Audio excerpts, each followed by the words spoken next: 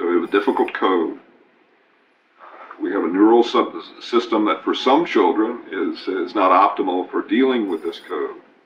And then we throw them an instructional system, a teaching system, teachers who don't understand what the code really is or how it needs to be conveyed.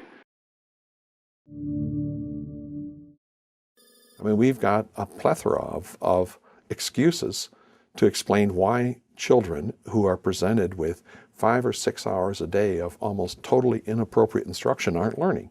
And none of those sources are target the problem with the instructional design.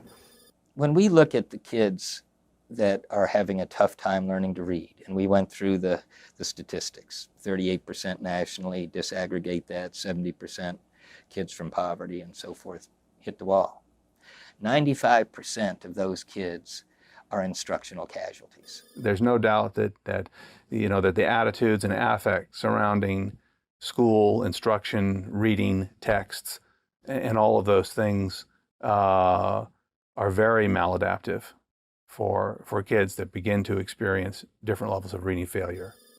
Those of us who teach and administer and train teachers and write school books and all that just haven't measured up, haven't done the job as well as we need to.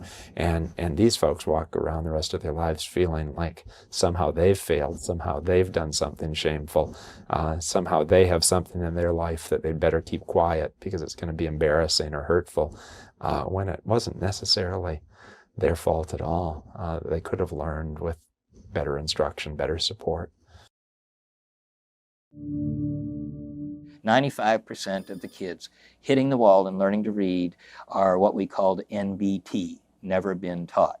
There is a dysteachia in that kids are logical and that what they have mislearned, they have been mistaught. I don't understand how educators can persist with methods of word recognition instruction that point a child to the first sound of a word and then ask the child to use the context of the sentence to get the identity of the word. It is so misconceived and so contrary to what is required of the child. And so the teacher is suggesting you should do this, when in fact the child should be doing that. You can sample first or second grade classrooms around the country, and you will still find, despite what we know about the process of reading learned over the last 20 years, you will still find that teachers, for a first grader who's struggling to sound out a word, will discourage the child from doing that, encourage the child to look at the pictures of the book and guess what that word means. Good readers don't guess. Good readers sound out almost every word on the page. And so the teacher is saying you solve the task this way, when in fact the task has to be solved in an entirely different way. And that cannot help but confuse children. Teachers have told them things like, look at the first part of the word and guess what word that could be. Teachers have told them, read the context, think of the context. What could that word be? One of the reasons, big puzzle, why kids have great excitation in their language areas, poor readers do, is because they're trying to treat the task as a verbal task.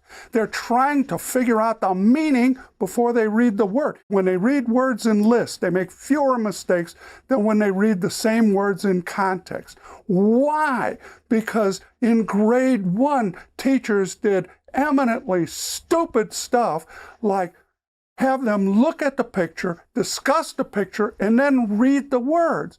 I'm sorry, Virginia, pictures do not generate specific words, but specific words generate certain features of pictures. So the proper order is read the words. What are you going to see in the picture? Here's the picture, not the other way around. Then another thing they do is it's always discuss, discuss, discuss. Frame, think, then read. Wrong. And that's what these poor readers are trying to do. They're trying to figure out, like there's some kind of crazy rules for them. You kids have to figure out what the words are themselves. I just have to figure out pictures.